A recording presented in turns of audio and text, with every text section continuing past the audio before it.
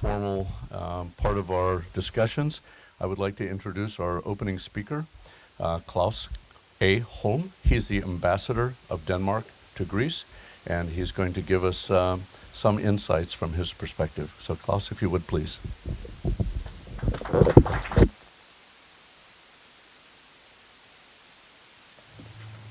Hi everyone, and thank you, Jon, for the introduction, and thanks for inviting me. I am, of course, happy to be here today as a Danish ambassador, not least because of our green ambitions and also as a representative from a true maritime country. Just a little bit about who I am. As you can see, I have a long career behind me. So I guess my career future is behind me as well. I've been posted in Paris, in Brussels, in London, and in Singapore, and here in Athens. And I have also been Arctic ambassador, stays not based on the North Pole, but in Copenhagen. So funny enough, I've been in touch with maritime transport in all my postings, and it has been all kinds of aspects of maritime transports, some more dramatic than others. I've been doing piracy in Africa. I've been doing negotiations in the EU and the WTO, and all kinds of other maritime issues in close cooperation with the Danish ship owners. This is probably not a surprise because Denmark is really a big maritime nation. We have every 5 minutes there's a Danish ship calling on a port somewhere in the world, and we have, of course, the biggest maritime container mover in the world, which is Maersk, actually Maersk is a big chunk of the Danish national economy, so you know all that. So it means a lot to us. This is why we are very much focused on maritime transport in the Foreign Office, and all the diplomats are in this.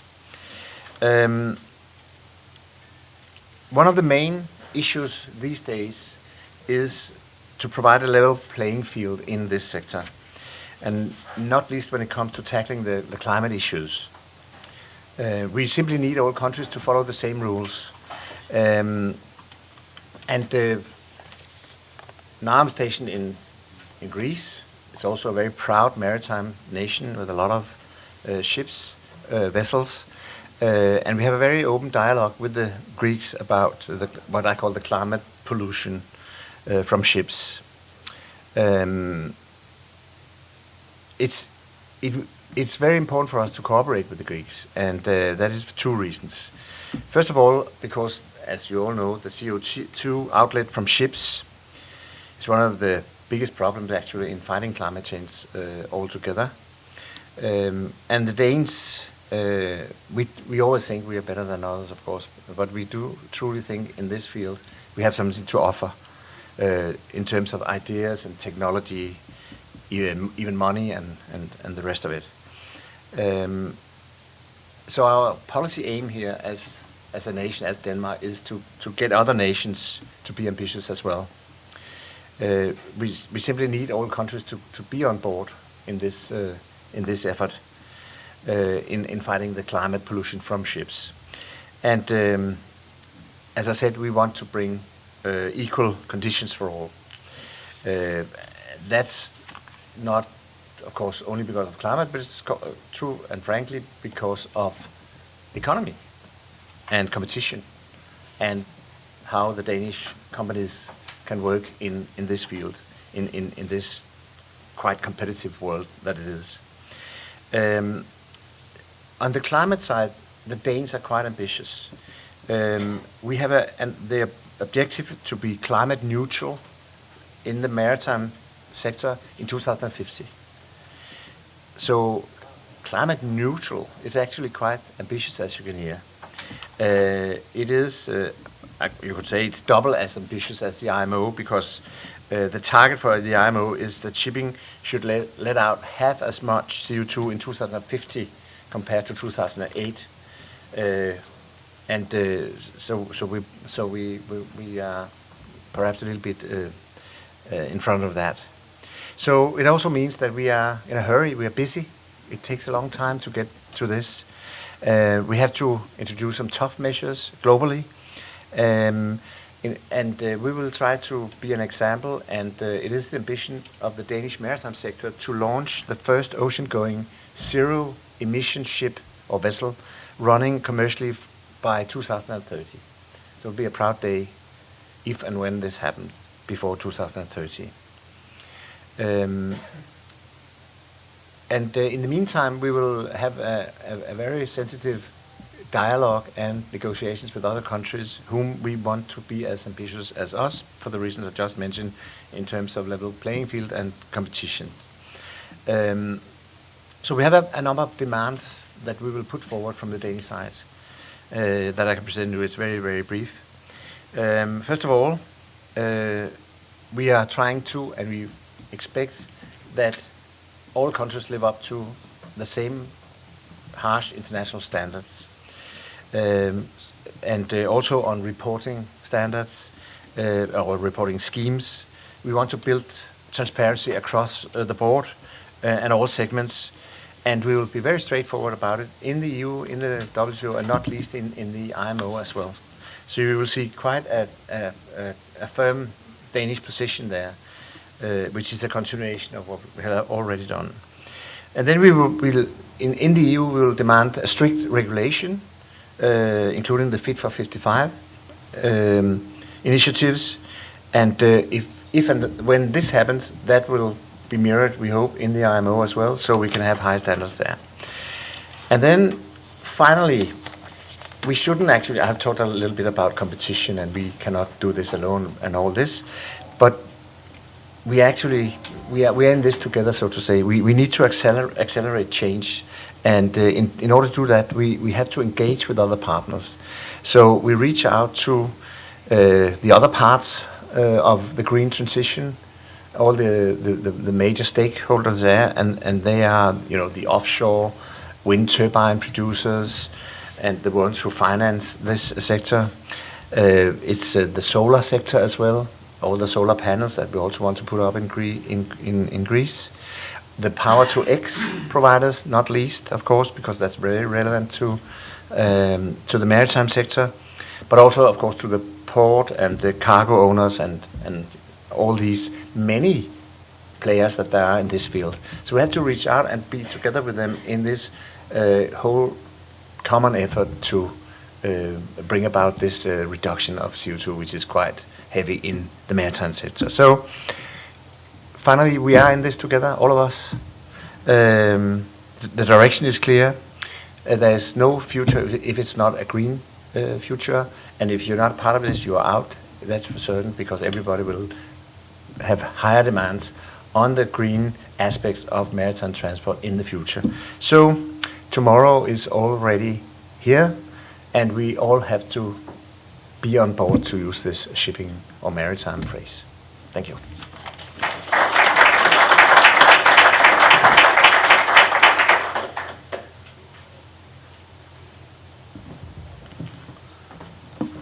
So, to begin, I would like to first welcome you all to the Greece Green Day event. I'm pleased to be here to act as your moderator today. I've actually traveled from the U.S., from Florida, to participate in this event and take this role.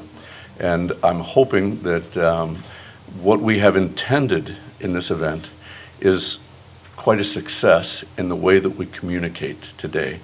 I would like to first thank the organizers for the event for organizing it initially and for reaching out to the marketplace here and inviting all of you, and thank you all for coming, those of you who are here. We have Green Instruments, Howden, and Fraser that have put this event together. Myself, I'm an independent maritime consultant based in the United States. I've been working in this area since the 90s. I've been going to the IMO meetings as a technical advisor to a variety of delegations since 2006, and acting as an industry government liaison for the most part when it comes to maritime environmental issues. And this event is meant to be a little bit different than many of the events that you may have attended in the past. From the conference perspective, where I like to refer to it as death by PowerPoint, that's not why we're here. We're here to try to nurture a dialogue between yourselves as we're looking at this transformation of our industry, looking at energy efficiency and the regulatory reporting requirements that we're all facing, and the imposition of a wide variety of future initiatives and future requirements, not all of which have a straightforward path. So the organizers' intent here is to obtain information from you on these topics today. And we're really going to encourage participation. This isn't for the panelists to preach to you about their wonderful equipment and all the good things that they might think they can do for you. What we're trying to do is understand, as you're facing this transformation of the industry, what your challenges are and how they might then respond to that and provide you support through their companies and their services and their technologies that will enable you not only to embrace those challenges, but also to be more compliant in the future when those initiatives turn into regulatory requirements, some of which are already in place. So during the course of this afternoon, we're going to have two panels, and I'm going to, as the moderator, be calling upon you to give us your inputs as they are giving you their own inputs on the subjects that we will be discussing. And after the introductory comments, we'll have an opening presentation from Deltamarin, from our keynote speaker, and then we'll open the panel discussions and the open dialogue with all of you. I've got a couple of housekeeping things that I need to mention. From a standpoint of restrooms, at each end of this outside balcony, you'll find a toilet. As far as fire or any kind of emergency, you'll go down the steps that are just outside of this door, go down to the lobby, and the rally point is in front of the hotel. I'd like to mention that there is some press at this event. So full disclosure, there are some press that will be reporting on this, and some of the proceedings will be recorded. So if that is a problem for you, be advised that there is a press presence here. You may have noticed that at the registration desk there's a bowl for business cards. That's because at the close of the proceedings today there will be a drawing for some kind of a fantastic prize. I don't know exactly what it is, but if you haven't already put your business card into the bowl for the drawing, please do so that you'll be eligible to receive the gift. At the close of the proceedings today, we'll also have a cocktail reception just outside. And with that, I think I would like to introduce our keynote speaker. It's Mia Elg from Deltamarin, and she's going to speak to us about sustainability in shipping. So, Mia, the floor is yours.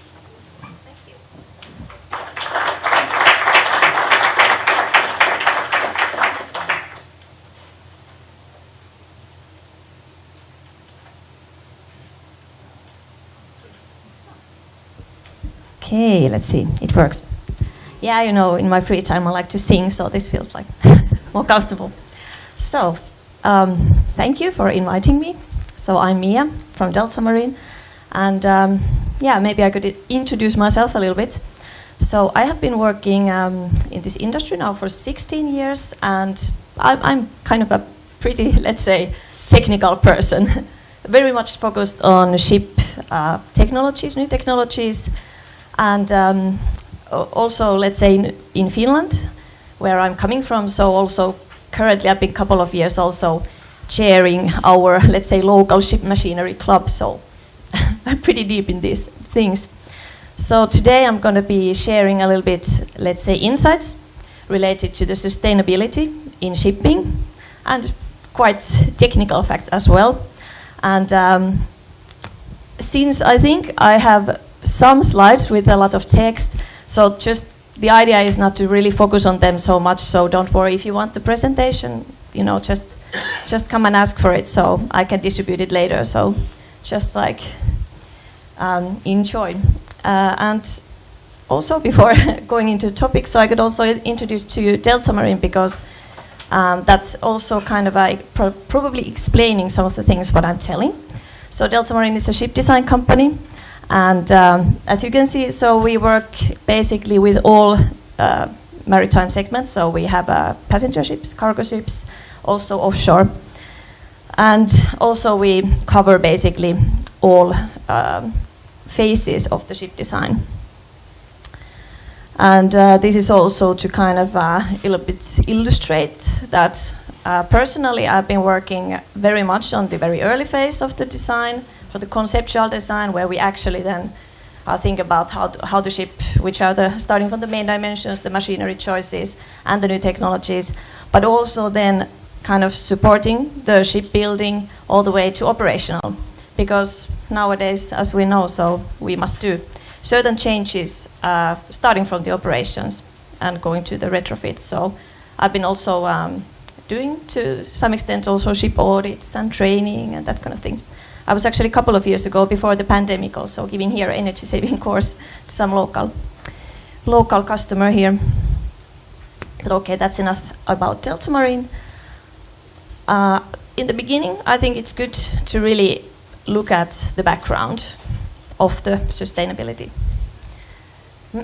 And from, let's say, our perspective, so there are mainly, let's say, three drivers.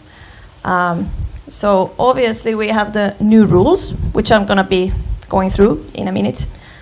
We have the rules, but also, at least we see, probably it would be great to hear also your opinions later on, but at least from also designers' perspective, we see that there's a big change that has happened within the past years, that actually the, let's say, end customers and the cargo owners, so there starts to be a very strong demand for green, let's say, transport change for all products actually.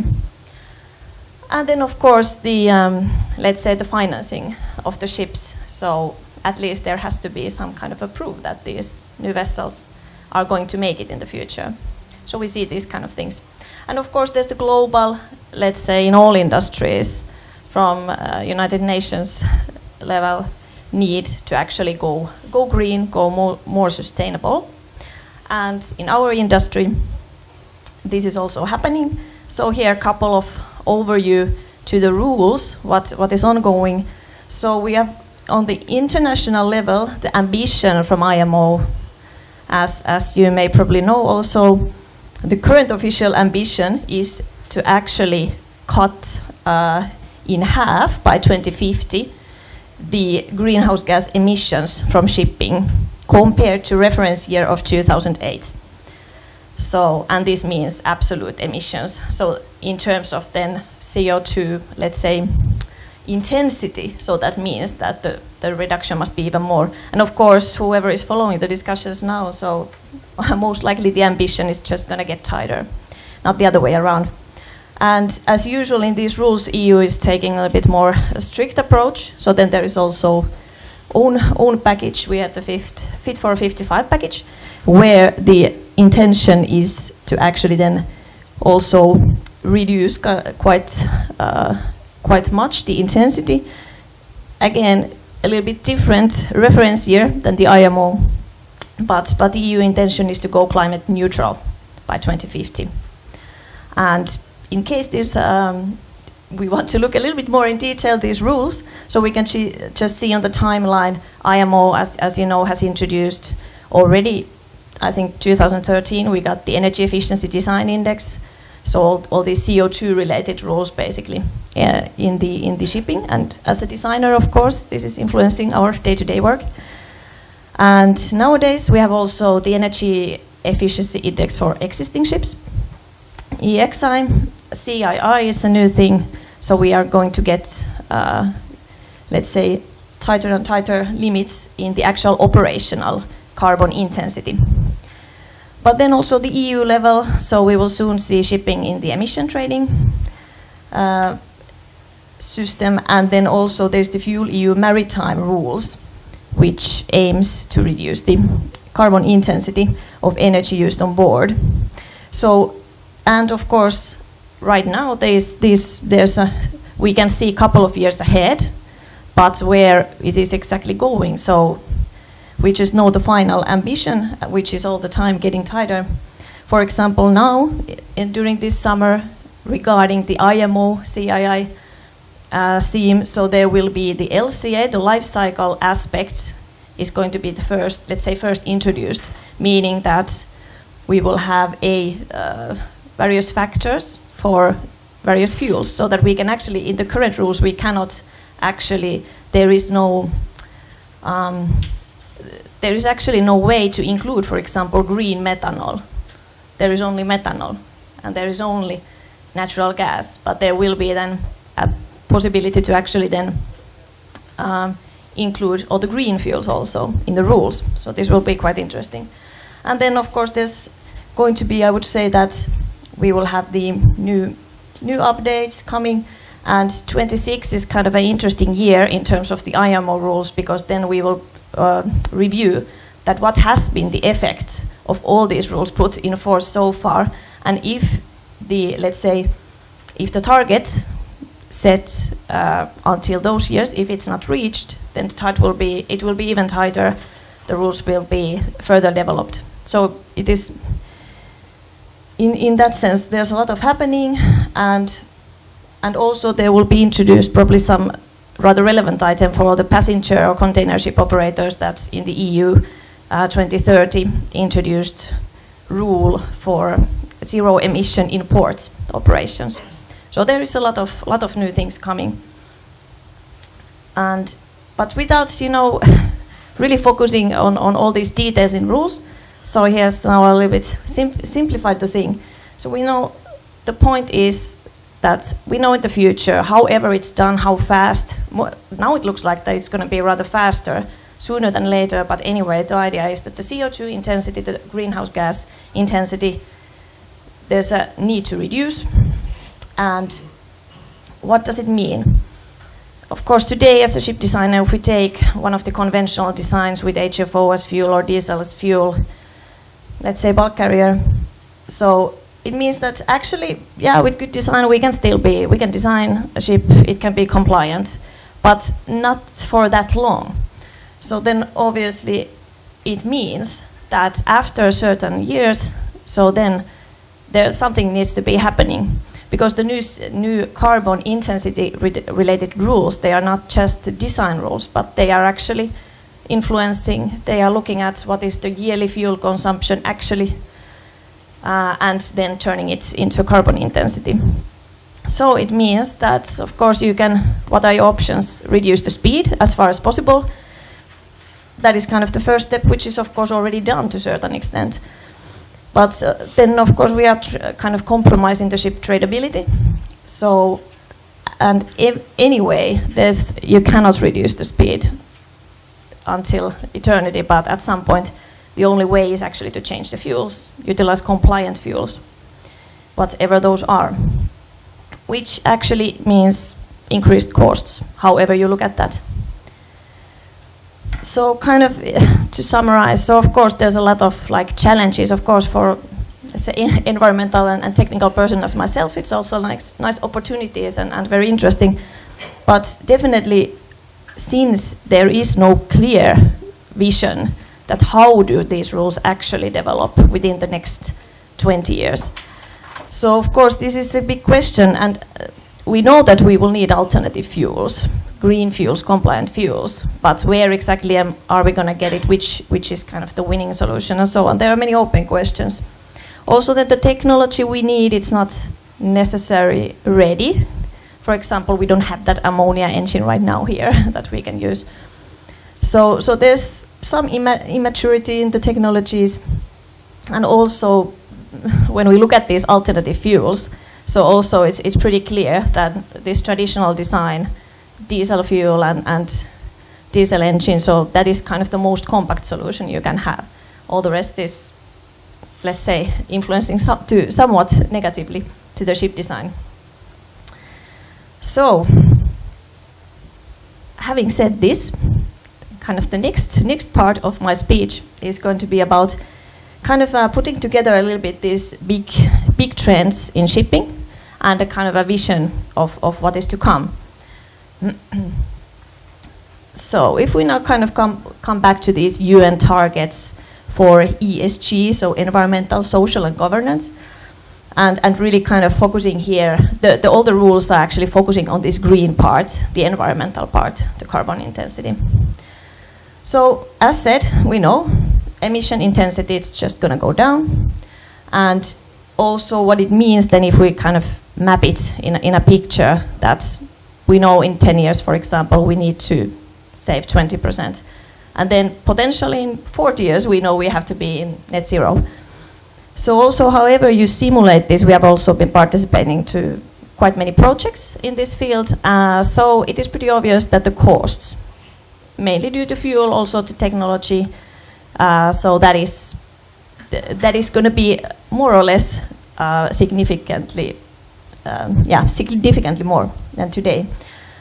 So from this perspective, it kind of makes sense if we like put to the map some items, what I'm going to be discussing here, the options for the decarbonization.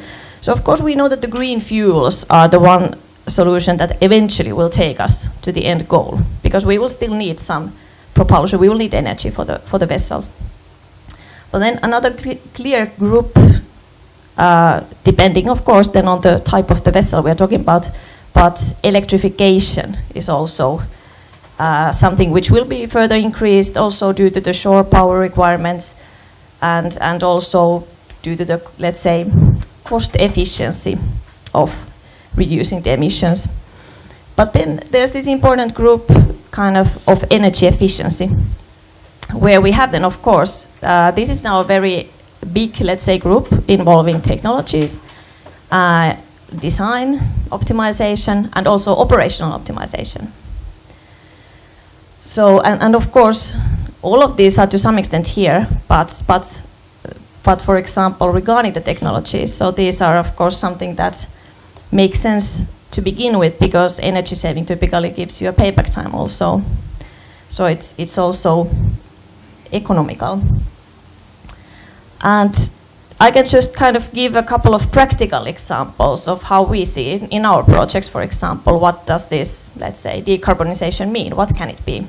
So, for example, here on the above, on the left side, so we have, for example, here a new PCTC for Höegh autoliners, which is obviously the design is as optimized as possible considering the hull systems. This is a quite large one, over 9,000 car capacity.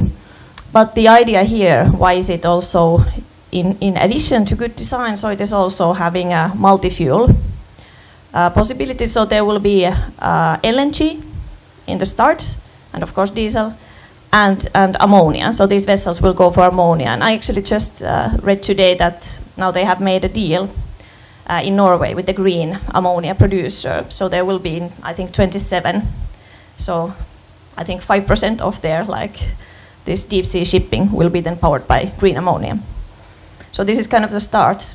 But this is happening. We see it in every project, this fuel flexibility.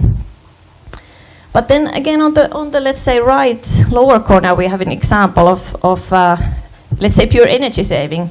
This is also an existing project that for one Bergebulk bulk carrier vessel. So actually this ship is going to get sails by BAR Technologies and Deltamarin. These are going to be installed this summer. So then we will also see new type of wing coming into business. But then also, okay, here then we have a little bit more exotic example. So this is a hydrogen-powered coastal bulk carrier, which we designed a couple of years ago to also explore. Sometimes we like to do this kind of concepts so that we also explore the technologies. Here we have PEM fuel cells and readiness either for liquid hydrogen or then pressurized hydrogen. But then also another interesting thing here is also example of a concept we studied for a rowback ship with carbon capture. And we studied that we can, depending on the need, for example, reduce the ship carbon emissions by 30 to 50%, depending on what is the fuel of the vessel. And depending again where the carbon tax goes, but this solution might have a payback time of 5 years. And you can imagine it also kind of extends the compliance of the ship. So there are a lot of ways how you can do it. I can next talk a little bit about these different groups of decarbonization and the fuels. As I mentioned, of course, that is the one important one. So just to mention that, of course, we have a lot of fuel options for the vessels. Today we are used to work with diesel, but more and more with LNG. And the kind of news I just want to say from this picture is that basically for every fuel that there is today, for diesel, for methanol, so there is also a green alternative existing, basically. Not necessarily that you can bunker it today, or at least with any kind of reasonable price, but it is here. And to me, kind of also important thing to just mention here is that basically all these zero carbon fuels, ammonia and hydrogen, so if we look at the total life cycle aspect, so they are only greener if they are actually made with, let's say, green electricity. So today a lot of those fuels are actually manufactured from fossil-based fuels, which means that actually then the total effect is not really positive. But again, it's kind of good to think about that. I mean, it's possible, as said, there are paths basically which every fuel, even there's a diesel-fueled vessel today, designed today, so of course it can be compliant in the future, even in this net zero future, but then you just have to use a, let's say, drop-in fuel, either bio or electrofuel. And to be a little bit more, let's say, future-proof, which is also the kind of trend today, so we can also have, let's say, diesel-fueled vessel, dual-fuel vessel that can be operated with methanol. Because then, for example, we can begin with diesel today and go for that green methanol when it's available. Another way how to look at it is to look at the dual-fuel LNG ship. Because also the LNG, let's say, access to green LNG, we can say. So most likely that is going to be just from the pure energy perspective of manufacturing the fuel, it will be more cheap than looking at diesel. So it's also kind of a more future-proof alternative to the pure diesel one. And again, this kind of an LNG version, it also allows basically, again, not without thinking about the storage, but still it allows also to go actually to either ammonia or methanol in the future.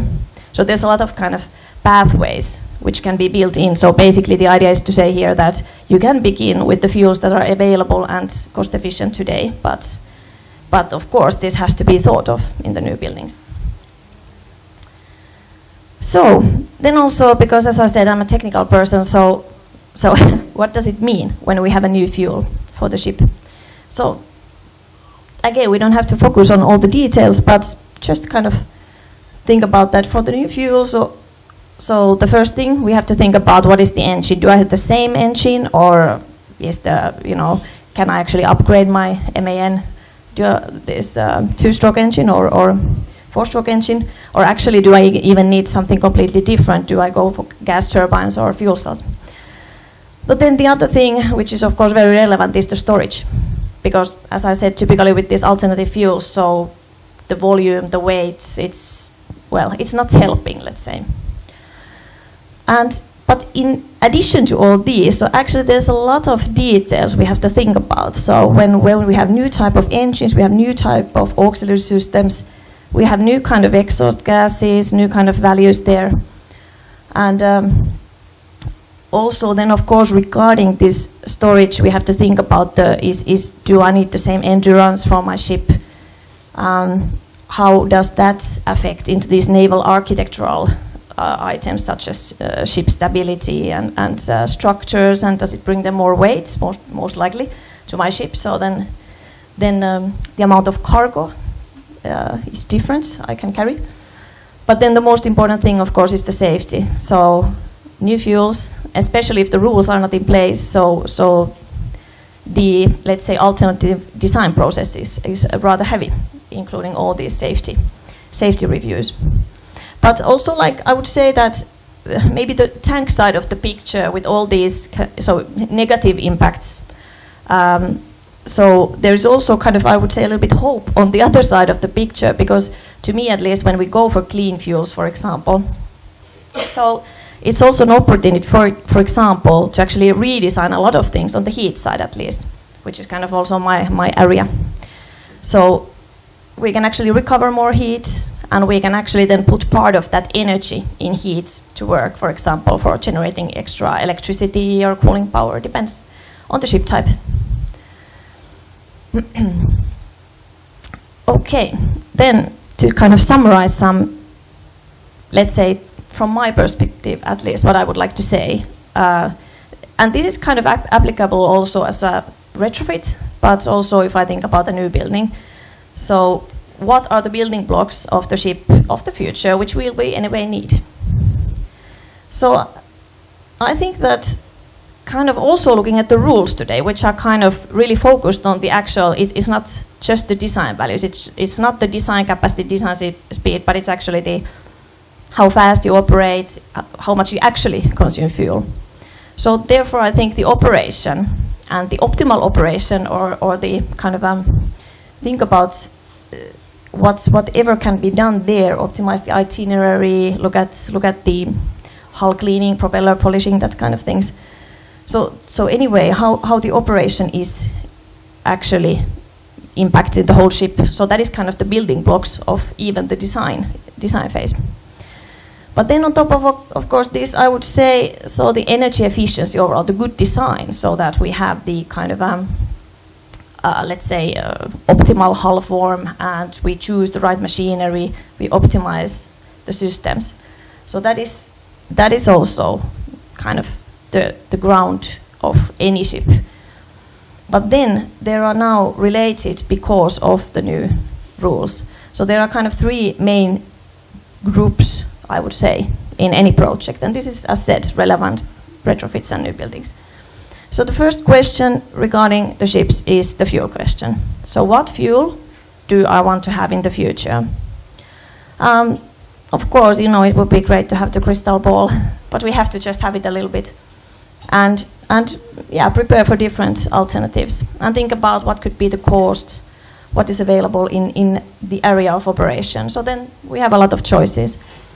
The second question, before actually then kind of closing the whole project, is the so-called technology and energy saving question. Because as said, we have actually opportunity to save a lot of energy on board any vessel. And from my perspective at least, we are not really there yet in the designs. So there's a lot we can do. So what is relevant? For example, you can put sails to bulk carriers and tankers and gets quite huge improvements, but then that solution is not giving so much saving on other ship types. So of course it's very, very ship type dependent and very route dependent. But anyway, there's a lot there, as mentioned, carbon capture also, and many other things, wasted recovery. But then as a summary basically of these two first questions, the fuel and the energy saving question, then we actually have to think about what is then the machinery and the whole like kind of a topology of the energy distribution that actually will then kind of make most of this, the energy technologies and also the fuels, because these kind of operational optimization and energy saving technologies typically they are not operating with, let's say, they are very operational profile dependent. So this means the whole thing that everything actually becomes much more complex and variating. So it means that also typically our powertrain also must be rather flexible. So really as a summary, outlook to the future for this part, I would kind of say that like a building blocks for the new ships. So I have one area which I didn't so much mention yet, but regarding the operational optimization, so I would say I call it like a digital dimension nowadays. Digitalization is a mega trend also in all industries, but in shipping, so it has also a lot of opportunities, both on the operational side, but also for the designers. So I can just kind of envision here that if we design, if and when we design a ship today, so anyway, we will make this kind of a digital representation. I'll tell about that soon, of the ship. And whenever we have this digital model of the ship, it's kind of possible to then upgrade it later on. And there are new features we have to think about with the digitalization. There's more and more data shared from any ship nowadays, and more and more in the future. Cybersecurity, we have to think about. Autonomous features are going to get also increased in the future, and various type of situational awareness. Not sure really yet if the unmanned shipping is very close, but anyway, a lot of these digital tools for helping us to make things faster, the mooring and the, let's say, keep the watch, choose the optimum route. So these are kind of available already today. And then I think later on we probably want to get your opinions about, some also buzzwords like digital twin. But anyway, when we have this kind of, I call it like a digital thread. To me, like there's most value in a digital thread of the ship, that when we have an idea of the ship and we have a digital model of the ship, we can later on actually then realize a proper digital twin, which kind of makes sense and which actually like is focusing on the right processes. So I'll just leave it there for the moment. But we can just remember the digital dimension is one important. But then, as said, for the ships of the future and also ships of today, it makes sense to save energy. So this is kind of something we can do today. Right now we actually have sails. We have waste heat recovery technologies, we have frequency converters, we have smart valve systems, we have a lot of technologies. We have batteries, we have some fuel cells actually even.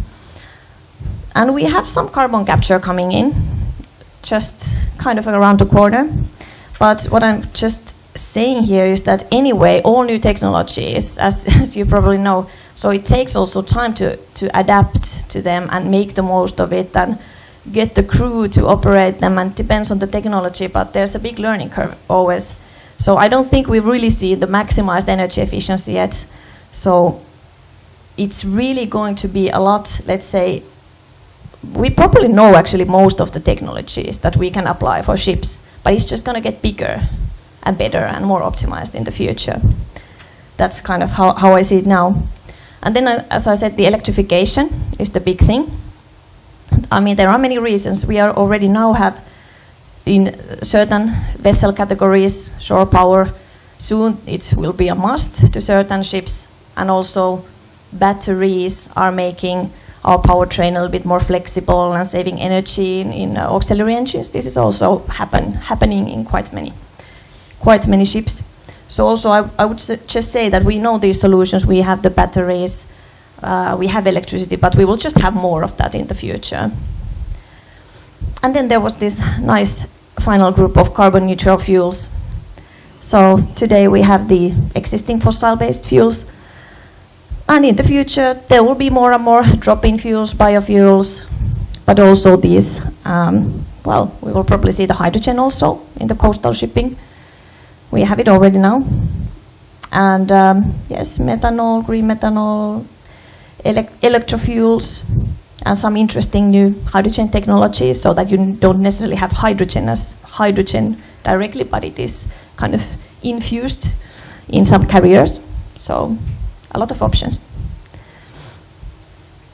And of course, just like a reminder that if you think about designing a ship today, so most of the ships anyway have decades of lifetime. So basically we are actually now designing those ships that will have to be carbon neutral, most of them.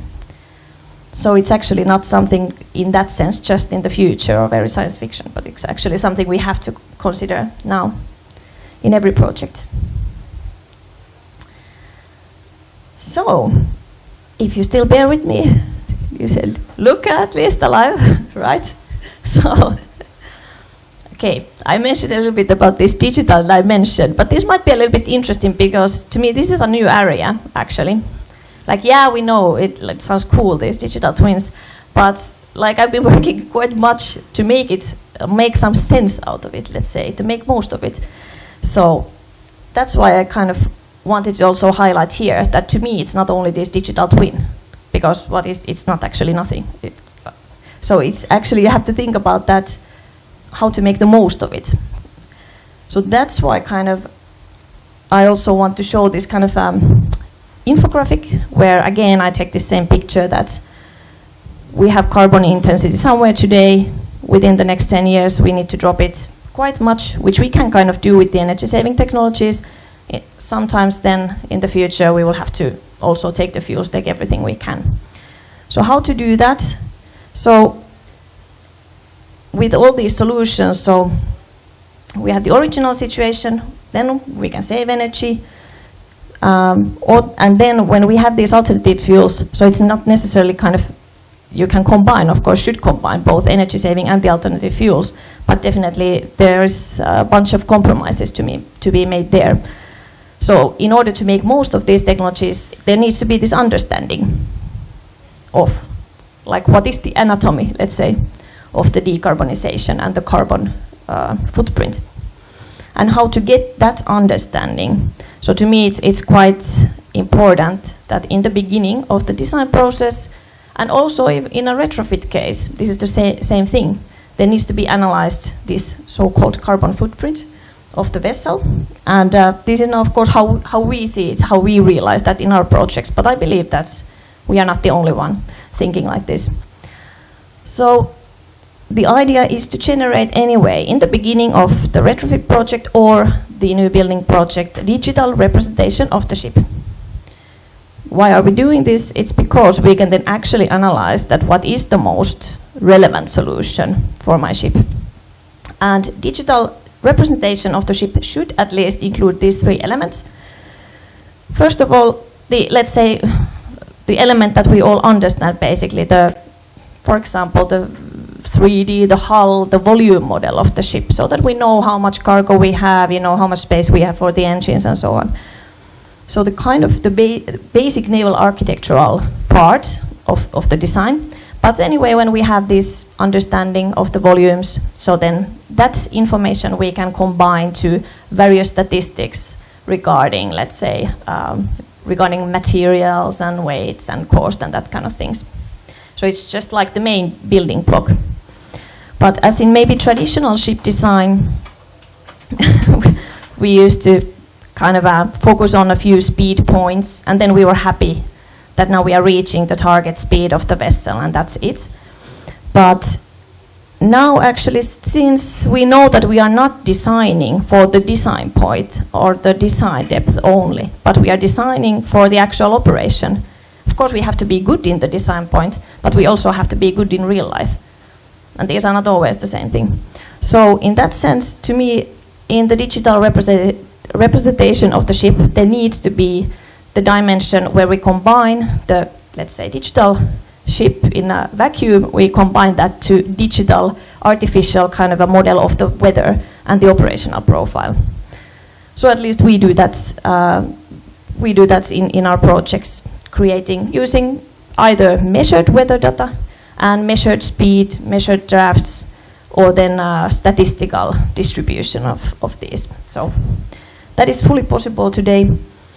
But that second group gives you only the propulsion power, which is of course very relevant, but still looking at that ship is much more than only the propulsion. So then we have to make some kind of system level energy representation of the ship, including then all the technologies, all the engines and processes, energy consumers and producers. So with those kind of, let's say, blocks, then we can understand how the energy is distributed, what are our emissions en route, and with this kind of digital representation, we can also then analyze different scenarios. What if this ship is actually changing owner or changing the operational area? We can just run, we can run 100 simulations, and we can still, of course, calculate the consumption in that design point. But to me, this is like for the designer and for any project, this is a must if you want to implement technologies in the ships and understand how does that reduce my CII, for example. So this is a process you have to go through. And just to make it a little bit more like concrete, so here's now like just example how this digital dimension can be. This is now from one of our new buildings in the Nordics. We have just recently finished conceptual design of a zero emission, small ferries, and here we had, not at all going into details of that design, you can ask about it later if you want, but the idea is that in this new building, so we had, in addition to all those normal kind of naval architectural features, so we had also this, of course, digital representation of the ship, and this project has had special focus in the digital features, including the cybersecurity, how that is kind of ensured, and then the autonomous operation feature, and then this ship, they want to do a digital twin during the operational phase.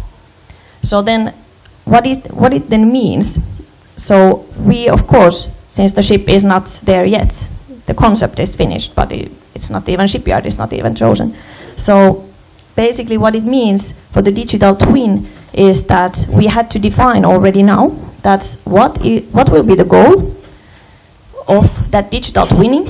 So actually all this digital modeling of the ship, when we understand that which are, for example, the optimal speeds for that vessel that it should utilize for operation, when is the machinery, which is now consisting a lot of batteries, but also fuel cells and hydrogen, which are the optimal operation points, how to actually maximize the operational efficiency in the future. So we can already say that, define those targets, where then the future digital twin should be focusing on, which processes should be measured, and which are then the ones that should be controlled during operation. So all these kind of thoughts were kind of implemented, and that then in practice, and because there's also a lot of autonomous features, there will be situational awareness introduced, not directly, but a little bit later when the operation has begun for this ship. So technically in the design, it's more affecting to the electrical and the automations design, but we had to kind of define basically that how this kind of data that is needed for these, both for the digital twin and most of all for the autonomous features, how is that built in the ship? Because we have traditionally, like of course the ship power management systems and the bridge and the engine room, let's say, the automation, but if we have autonomous features in the ship, so then it's a much more holistic process, so we have to consider how do we want to distribute the data. So in this case we defined what we call integrated data platform, which is then kind of the interface between the ship and the shore, and so it's kind of already this part can be designed ready, because we don't want to redo that when the ship is already operating. So it's just an example that anyway, in a new building, this is also a new feature that has to be considered. But so much for that. now still a little bit something specific about the energies, just to kind of bring something concrete on the table. So, what are we looking at here? Have you ever seen this kind of representation of energy? So, what do we see here is a so-called Sankey diagram. So this is actually what happens when this is our typical, or maybe not typical, because it's a cargo ship that has also shore power. So this is what we get as a result when we design a ship and we simulate it, and through typical operational cycle. Maybe in a cargo ship it might be actually a year of operation with the typical distributions. So this picture shows that when we have, let's say, we intake fuel, certain amount in a year, how is the energy in the fuel that we have, bunkered for the ship, and when we've operated the ship, how does the energy distribute within the ship? So from this picture, for example, we can see the dark blue part represent actually the useful part, the mechanical energy that the engine, in this case the main engines, are producing. And then, the yellow part, so we need a little bit electricity for the hotel side. Sometimes it's less, sometimes more. And then the light blue part and the pink parts are actually like the heat part, and especially the pink part is the heat that we just throw away. We don't utilize at all. So like, this is more or less how every ship looks like. Sometimes a little bit better, sometimes worse. But we are, over 50% of the energy is going to heat, which is a little bit sad, but that's life. So if we want to save energy and save fuel, basically. So, of course, we can minimize the process energy consumption. We try to save, electricity in hotel. We try to save propulsion. We put some, good hull for the ship and smart, let's say, smart propulsion and good powertrain and that kind of things. So we minimize the cost. Also, then we can increase the power plant efficiency. If we can make the combustion, in the engines more efficient, or then we can just have a smarter machinery. So of course that is one way also to save the fuel. So those are the areas, and then obviously all these smart cargo solutions, they can actually improve the ship KPI, because we are not only saving energy, but we are actually, the whole thing is to actually reduce the greenhouse gas intensity in shipping, in the transport task. That's kind of at the end of the day the goal. So in that sense, when we do this, so what can we do? Again, it's not the point to see all the small text, it's just for me to help me to remember everything. So the propulsion side, of course, we look at these operational means of lowering speed, minimizing waiting times important, that kind of things. And then also we look at these fuel types, electrification opportunities. On the design side, of course, hull form, air lubrication, coatings for hull, wind power. There's a lot of things we can do in order to reduce the operational, let's say, operational consumption. On the machinery side, we look at the machinery choices overall, and in the design table, typically the engines, the de-rating of the engines, and so on. Waste heat recovery, that is kind of an interesting area because it's been here for a long time, but now it's kind of again gaining momentum because we need to save energy.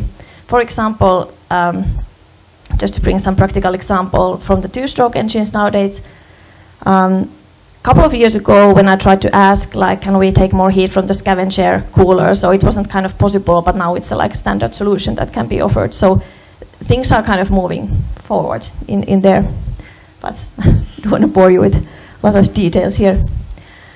And yeah, on the hotel side, especially if we are talking about the passenger ship, so the air conditioning is a big factor, and there is also a lot of things which digitalization and good automation is bringing. There are huge savings compared to, let's say, ships designed 20 years ago. We can cut in half, basically, almost, at least, the air conditioning consumption. So, basically what it just means, here's like the KPI, typically KPI of the ship in terms of that, okay, we have CO2 production divided by like the ship capacity and the distance. So anyway, with these, with implement or influencing in these various parts of the ship, machinery and the hull and so on. So we are able to push down this. And when we save CO2, we save fuel. So these both are in that way kind of going hand in hand.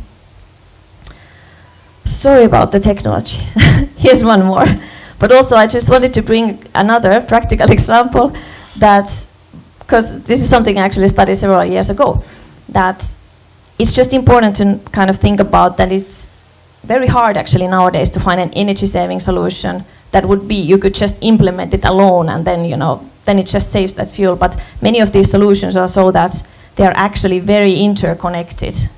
So that's why I just wanted to bring here one example of typical, or let's say cargo ship cooling systems, very simplified though, like a bulk carrier freshwater cooling system.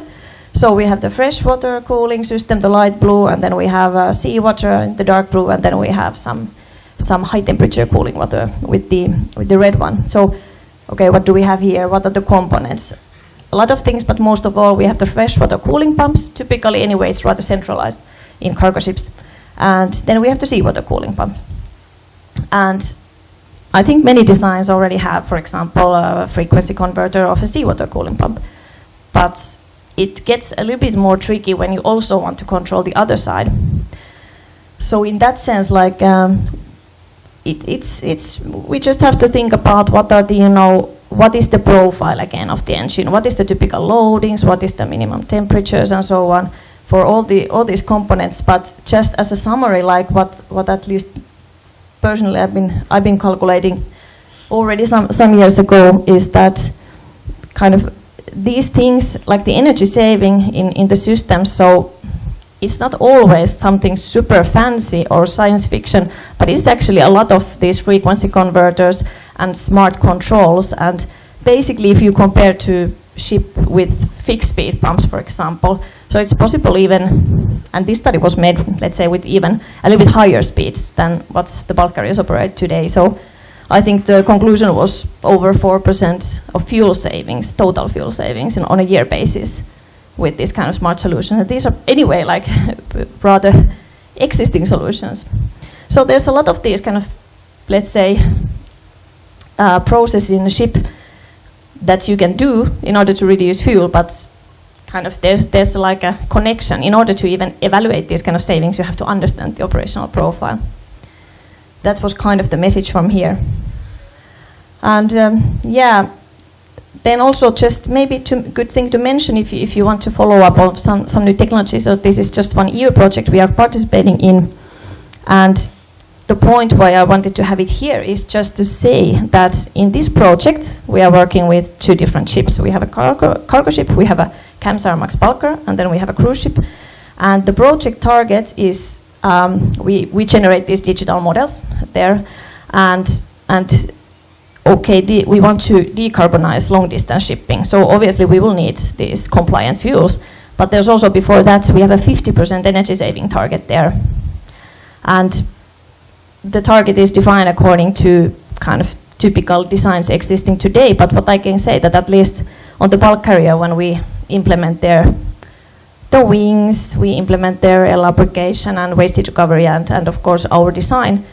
So we compare to the kind of a state-of-the-art design, so I think we are actually approaching this 50% of energy savings. So I just want to encourage that it's really possible to reach considerable energy savings, but it just needs everything kind of connected, design optimized and the technologies and understanding the operation.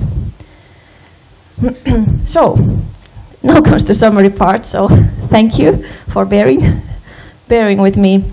So what was actually now achieved?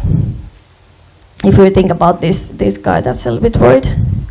So kind of one message at least to take in is that, again, comparing to this, let's say, traditional design that, for example, we have available from the shipyard. So with good design, optimized, let's say good design with low consumption, looking at the typical, also understanding the typical, let's say, loading conditions and speeds, we are able to actually push even the ship without any, let's say, of these alternative fuels. We can push the ship to be much longer compliant. then combining all the technologies, so it's getting even better. And also, the concept of future-proof ship includes that we can build in flexibility for the future fuels. So we don't only have to focus on those drop-in fuels, which are more expensive than some of these green fuels. So when we have that built-in readiness, so then it is also possible to then reach the targets without going to these pure drop-in fuels. So that is kind of one good thing, and what is actually something that's from our perspective is important. And yeah, my maybe 3 points. I might have added a little bit more than 3 points, but at least what I want you to remember is that really the sustainability, so it is, you probably see it in the everyday already, but it's also for the design, so it's really one of the key things. And the decarbonization overall, greenhouse gas reductions, so it consists of 3 elements, at least I put it into 3 groups. So we have the operational optimization, and then there is the kind of technical side of things, the processes, technologies, and then the low carbon fuels. And everything is interconnected. So you cannot just think about like, I'll just change the fuel, because as you remember, so it affects everything. And it's a little bit stupid to not consider then the opportunities also in the alternative fuels. And whether it's a new building or retrofit, so I would say that's and especially in the new buildings, of course, when this kind of decarbonization is considered early on in the design, so that is kind of giving the maximal benefits. Also on the future digital twin, if you want to say it so. And to me, it's very natural that energy saving is the number one, because energy saving anyway has a payback time. So, thank you.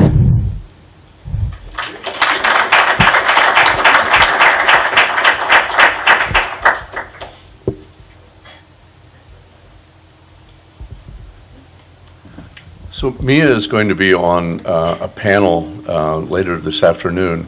So I think if I may, I will just ask, some of you may have comments or questions relative to her presentation, but if I may, so that we can move along, I would ask that we defer the questions and comments when she's sitting on the second panel this afternoon, so if that's okay with you. And we'll resume now to move along with the program. So thank you very much again, Mia. It was, I think you really did a nice job of capturing a lot of the essence of what we hope to talk about over the next few hours. So thanks so much. It was a wonderful presentation. So thank you. Thank you. And it was the only PowerPoint today. John promised no death by PowerPoint, but there has to be an exception in the rule, right? So what I'd like to do now, before we're going to take a break for coffee and networking in just a few moments, but before we do that, we're a small group, and as I mentioned before in my opening remarks, the idea here is from this point forward for this to be a much more interactive dialogue between the people that will be sitting at the panel and yourselves to really get a more transparency and more cooperation so that we can really understand the path forward, working together in a collaborative manner. And we can't do that unless both sides are participating. So once again, I'm going to encourage you when we're dealing with the panels later, that we really, really want this to be about you and able to inform you then from the standpoint of the panelists. So I'd like to ask your indulgence to poll you about 3 questions. Number 1, who amongst you is here today representing a ship-owning company? Could you raise your hand, please? Thank you. And how many of those of you here are technical managers? Okay. And what about ship operators, not owners, but ship operators? Are there any of you in the room? Okay, thank you. Okay, I think it's helpful to get a sense for who's here so that we can understand kind of where the conversation might go. So very helpful, thank you. You know, we're really facing what I consider to be a revolution in our industry right now. It's not an evolution. Evolutions happen over long periods of time. Revolutions happen abruptly. And if you think about a simple example, we've spent, 500 years trying to see how fast we can make ships go to deliver cargo. And now, pretty much overnight, we've been asked to slow steam and slow the process down, completely contrary to all of the momentum that the industry has had for centuries, not decades. That's a revolution in the way we have to think and we go about our business. And what that leads us into is a very, very complex array of how to think about shipping as a business. And business as usual, the way that we've developed charter contracts, the way that we've thought about optimization of shipping in general, has a whole new dynamic. And we have to think about the business proposition of the industry and how we create P&I contracts, how we create charter contracts, how we develop bids for new ships. It's all changing, and it's changing really, really, really fast. We've got environmental regulation imposing on us. We've got corporate ESG that we're having to answer to. We've got this energy transition, which Mia really captured nicely, and this move towards net zero. These are real challenges. And we can look at them as a burden, or we can look at them as an opportunity. And we have to figure out which one it's going to be for us. And I think one of the ways that we can turn it into an opportunity is in sessions like this, where we have a chance to really come together as a small group, make it like a workshop, if you will, roll up our sleeves a little bit, and open our kimonos and have a real dialogue, an honest dialogue amongst us to determine where some of those challenges are really hitting us in the face and how we might collaborate to overcome those challenges. So before we break for coffee, I'm going to ask that our technical people in the room show us 3 very short videos. Each of those represents a little introductory information for the people that will sit on the first panel after coffee. So if you would, please, I'll ask you to cue up the videos. After the videos, I'll take the podium again, and we'll take a break for coffee. Climate change is one of the greatest challenges of our time. The global shipping industry alone accounts for nearly 3% of the annual global CO2 emission. That makes it a significant contributor to global warming. To combat this, the International Maritime Organization and the European Union have set ambitious targets to reduce emissions and the carbon intensity of ocean-going transport. As a result, the decarbonization agenda is gaining momentum, and the need to improve ship energy efficiency has become an important factor. The CII framework and rating system are a consequence of this, and the required improvement targets are continuously increasing. Even though the task is challenging, there are well-proven technologies that can help you. To reduce carbon emissions and improve fuel efficiency, vessel owners and operators have several options, including operations optimization, switching to low-carbon fuels, modernization of vessels with energy-saving technology. On a typical bulk carrier vessel, energy use is divided almost equally between propulsion and onboard energy consumption. While a ship is typically designed for 100% design load, they rarely operate at full capacity. This presents a huge opportunity for more efficient operation.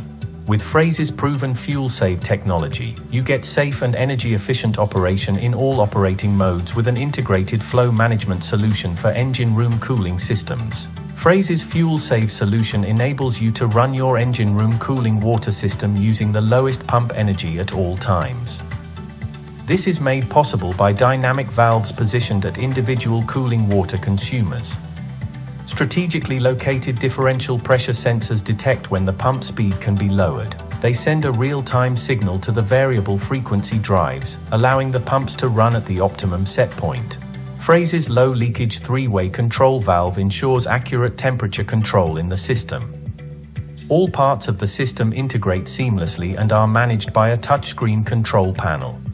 The result and impact of an installed Fraser fuel-save system are substantial. For example, you can obtain total fuel savings of 120 metric tons per year on a handy-size bulk carrier, and you can reduce CII by 9%, more than quadrupling the yearly target of 2%. Whether in a new build or retrofit scenario, the result is fuel savings of 5 to 10% annually. Want to see the Fraser Fuel Save system in action? Stop by our demo unit and see how it works. you can get a free of charge detailed business case for one of your vessels. Just reach out to our team and let us help you reduce CO2 emissions so you can optimize to economize.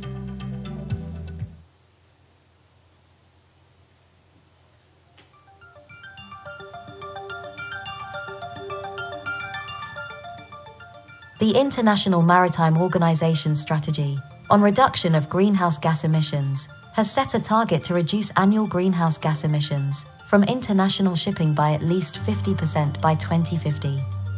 This target will have major impact on shipping operations.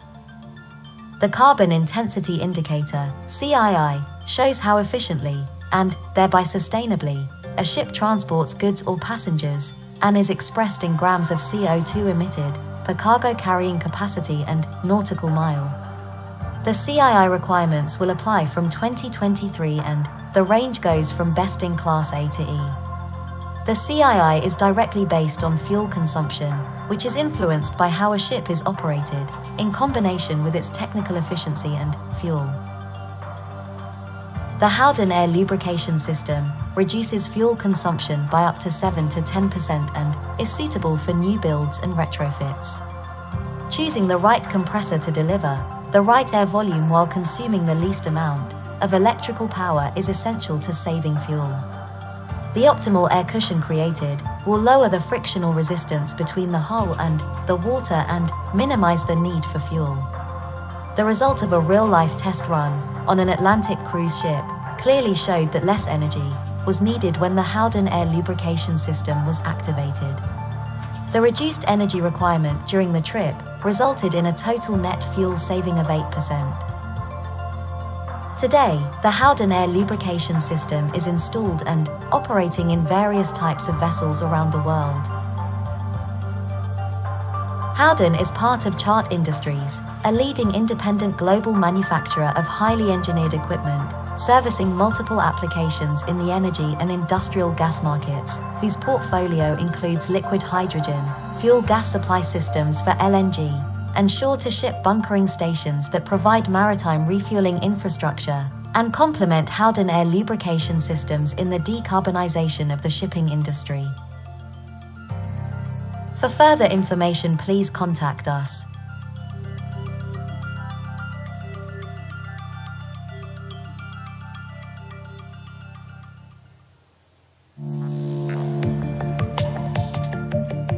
At Green Instruments, we're all about making the world a better place by helping and inspiring people to reduce their environmental impact and improve their health and safety practices. The move towards sustainability is putting pressure on the marine industry. This includes controlling emissions and following regulations. Our extensive market knowledge enables us to stay on top of current and upcoming legislation, as well as customer needs and challenges. Green Instruments specialize in the development and manufacture of highly reliable sensors and sensing systems for the shipping industry. The products are not only easy to use and service, but also tailored to meet the unique demands of their target markets. We develop and manufacture instruments for gas and water analysis monitoring systems for emission control, hazard detection, and energy optimization. Technology with an impact is in our DNA. Impact that enables protection of people, the environment, and our customers' assets, no matter if it's on board, offshore, or on land. Our 24/7 service support makes us a reliable partner when it comes to onboard service assistance. We're there to help whenever our customers need it. At Green Instruments, we are committed to making the invisible visible and helping our customers reduce their environmental impact. Let's join forces and collaborate towards creating a brighter future.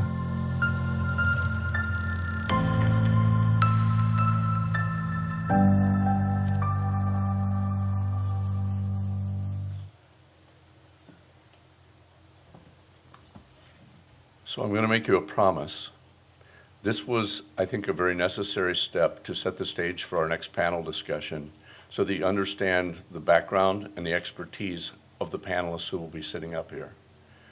That is the end of the sales pitch for the day. That's not why we're here.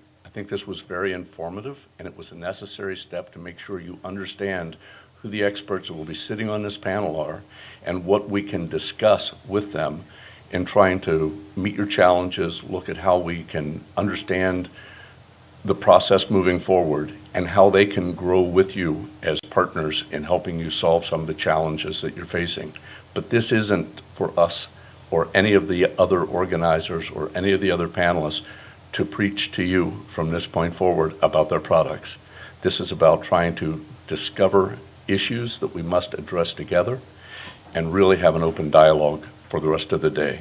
So with that, I'm going to ask you to indulge yourself over coffee and some snacks outside. We'll take a 30-minute break and we'll come back and engage in our first panel discussion. So it's 25 past the hour. So if you could kindly try to make your way back in at the top of the hour, and we'll resume at 5 past. Thank you very much. Enjoy your coffee.